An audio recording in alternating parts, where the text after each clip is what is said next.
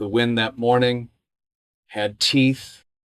It bit through wool coats and thick hides, howling across the prairie and rattling the shingles of the jailhouse in Bent Willow. A crowd had gathered outside the oak tree that loomed like a gallows over the center of town. Ropes creaked, muffled voices cursed, and standing barefoot on a crate, hands bound tight behind him, was a black man named Elijah Reed, a freedman accused of a crime without trial. He didn't cry, didn't plead, just stared straight ahead, jaw set, eyes hard, with the kind of silence only the truly condemned possess. Someone in the crowd spat. "Thief!" they hissed. Another, "He killed a white girl, I heard. Lies passed from mouth to mouth like wildfire. No one cared for facts. They wanted blood." The sheriff stood off to the side, hat pulled low, saying nothing. His silence was consent. His badge, useless. And then, just as the noose was lifted, a voice cut through the cold. "Stop." A young man stepped forward, tall, trembling, not with fear, but with fire. The sheriff's son. He looked at his father, then at Elijah, and in a voice that made the mob pause mid-breath, he said, "If you hang him, you'll have to hang me too." The silence that followed was unlike anything Bent Willow had known. It wasn't the kind that came before a gunfight or after a funeral. It was heavier, like the breath the world holds before something shifts forever. Wesley Carter, just 23, the sheriff's only son, stood between the mob and the man they'd bound to die. He wasn't wearing a badge, just a threadbare jacket and muddy boots. But his voice had struck like a bell. The sheriff squinted from beneath his hat. "Wes," he said, barely audible, "don't do this." But Wesley didn't move. "He's done nothing," he said. "You know it."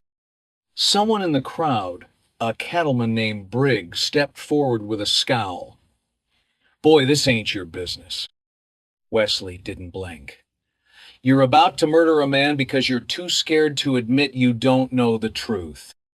Briggs shoved through the circle. "That man was seen near the Milton farm the night Ruth disappeared." "He was seen walking," Wesley replied. "No one saw him kill, no one saw him steal, and Ruth ain't been found, dead or alive. You're just angry and scared, and you want to feel powerful." Briggs reached for his pistol, but before the gun could leave the holster, the sheriff barked, "Stand down!" His voice cracked like thunder, his first real order in months. Briggs froze.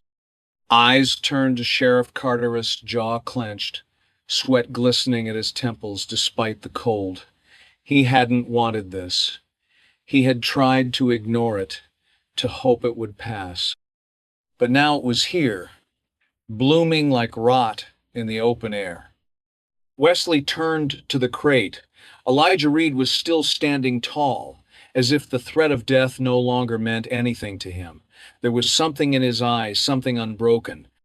It shook Wesley more than the hatred in the crowd. "Elijah," Wesley said gently, stepping closer. "Tell them what you told me." Elijah's voice was low, steady. "I was heading south, stopped in Bent Willow for water and bread. The girl Ruth, she was crying near the well, said her uncle was drunk and mean. I gave her the last biscuit in my bag and told her to run, that's all." Murmurs rippled through the crowd. "He lies," someone hissed. "She's just a girl." But Wesley raised his hand. "No, he's not lying. I saw him that night outside the Mercantile, feeding that same biscuit to a stray dog. He shared what little he had. An old woman near the back, Miss Hattie, who'd once nursed half the town, spoke up. Ruth told me last week her uncle beat her with a belt, said she was scared to go home. That changed the temperature." Eyes turned toward Cyrus Milton, Ruth's uncle, who shifted uncomfortably. "She's wild," he growled. Always making up stories. But doubt had entered the room now, threading itself into the air like smoke. The mob wasn't so sure anymore. Justice, once so easily shouted, was starting to stammer. The sheriff looked at his son, then at Elijah, then at the rope, and finally he stepped forward. He drew his knife. His hand trembled as he reached toward Elijah's bindings. The mob gasped, but he said only one word, enough. The rawhide fell loose. Elijah sagged but didn't stumble, and the noose dangling still caught the light like a snake without teeth. Sheriff Carter turned to the crowd. Anyone here who still wants blood, he said, voice iron now, can try me first. No one moved. Wesley let out a breath that felt like it had been held for years. But the danger wasn't over. Not yet. Because in the shadows, Cyrus Milton's fingers slid toward his hip-toward steel. And Elijah saw it first. Elijah didn't yell. He didn't warn. He simply twisted, shoulder first, ramming Wesley out of the way just as a pistol flashed in Cyrus Milton's hand.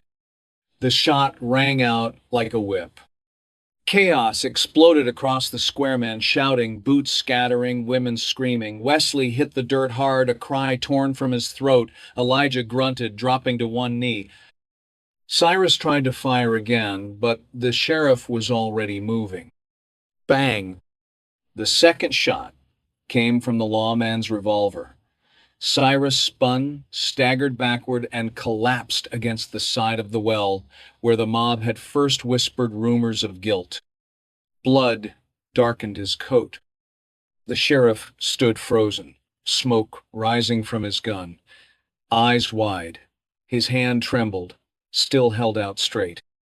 A lifetime of silence and cowardice had just been shattered in one irrevocable second. "Wes!" he shouted, rushing to his son. Wesley sat up slowly, dazed.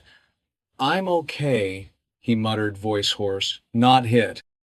Elijah was the one Bladinga line of red staining his upper arm. But he stayed upright, eyes fixed on Cyrus's still body. And then a gasp. From behind the crowd, a figure appeared, mud-stained dress, tangled hair, trembling hands. "Ruth!" someone cried. The girl emerged from between wagons, eyes wide, face pale. She walked like someone coming out of a dream. "It wasn't him," she said, pointing to Elijah. "He helped me. Uncle. Uncle tried to lock me in the root cellar when I said I was leaving." She turned to Elijah, lip quivering. "I'm sorry." Elijah just nodded. He didn't speak. He didn't need to. The crowd stood stunned. Even the wind had gone quiet. It was as if time paused, holding its breath, while shame swept across the faces of those gathered. Men who cheered for a hanging now looked anywhere but at Elijah. Mothers pulled children closer. A preacher crossed himself, and then the sheriff did something no one expected. He walked up to Elijah slowly, as though unsure if his legs would carry him. His voice cracked when he spoke. "I was wrong. I knew it, and I said nothing." He pulled the star from his chest-old brass, worn from years of apathy, and held it out. "I don't deserve this anymore." But Elijah didn't reach for it. Instead, he looked past the badge to the man. "You've still got time," Elijah said quietly, "to use it right." The sheriff lowered his arm, and Wesley, still kneeling beside the crate, reached up and took the badge. There was no ceremony, no applause, just the weight of something sacred changing hands. The townsfolk began to drift away, ashamed, confused, or simply afraid of what they'd almost done. Only Miss Hattie stayed, moving to Elijah's side. She wrapped a clean scarf around his wounded arm and whispered, "This town owes you more than silence." Ruth stood beside her, silent, small. She wouldn't return to the Milton homestead, not now, not ever. Wesley looked around the square, now nearly empty, and said, "No gallows will rise in Bent Willow again, not while I wear this." His father watched him with a strange mixture of pride and pain. Then, quietly, he walked away into the fading light. And for the first time in years, the sun warmed the town without casting judgment. Winter came fast that year. Snow draped the prairie in silence, erasing tracks and cooling tempers. Bent Willow no longer gathered at the tree in the square. The crate was gone. The rope burned in a stove the day after the mob scattered. It crackled like old guilt. Elijah stayed.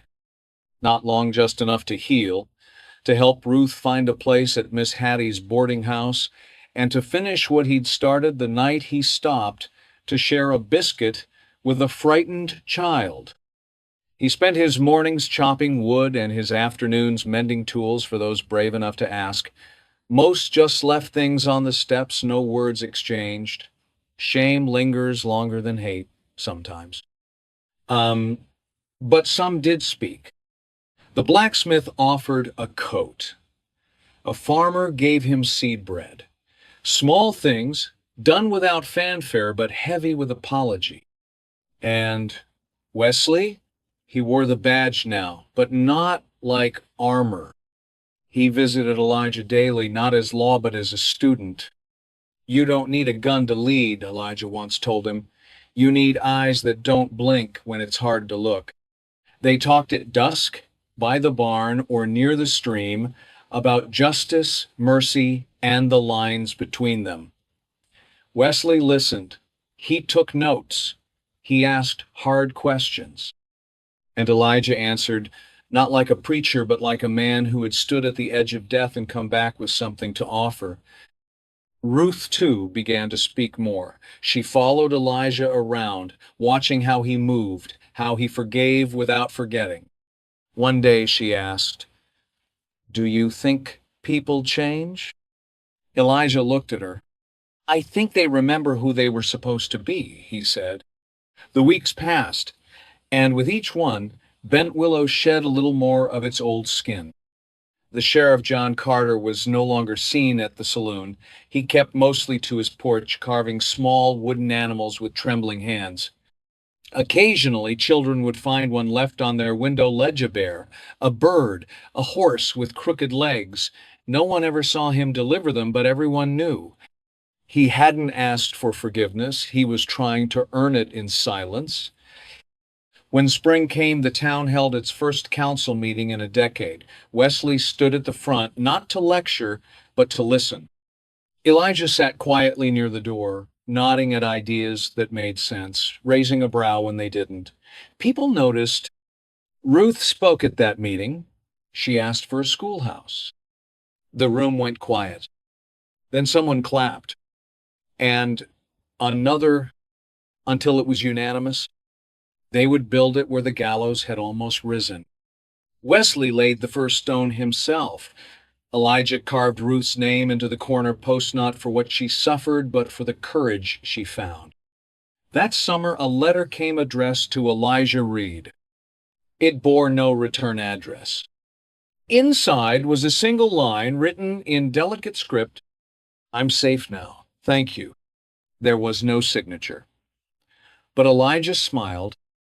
He folded it once, carefully, and placed it in his satchel. Then he stood outside the little home by the stream, looking at the town beyond, now busy with hammers, laughter, and dust kicked up by new beginnings.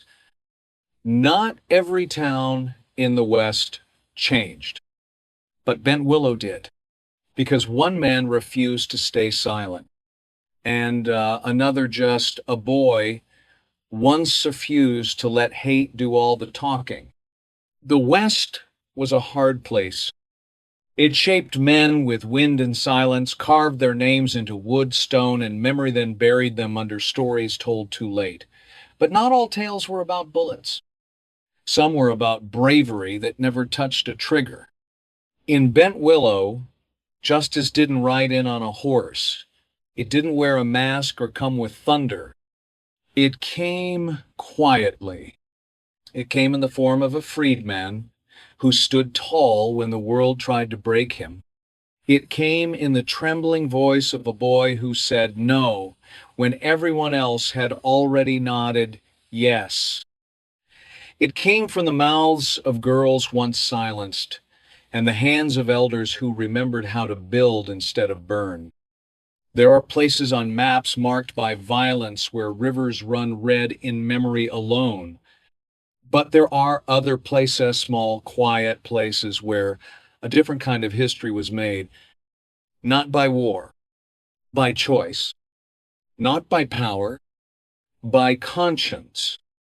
Elijah Reed could have run, he could have cursed, condemned, or turned his back, but he stayed. Wesley Carter could have watched, could have done what his father did, what every man before him had done, but he stepped forward. And because of that, the town changed. Not overnight, not all at once, but enough. Enough that a noose never swung from that oak again. Enough that when new voices rose, voices that once would have been crushed, they were heard. Justice is not always loud. Sometimes it walks in on blistered feet, wrapped in humility, carrying nothing but truth. Sometimes it lives inside a boy's decision to stand beside a stranger. Sometimes it waits for the moment when a town or a man finally chooses to remember what dignity looks like and chooses at last to listen.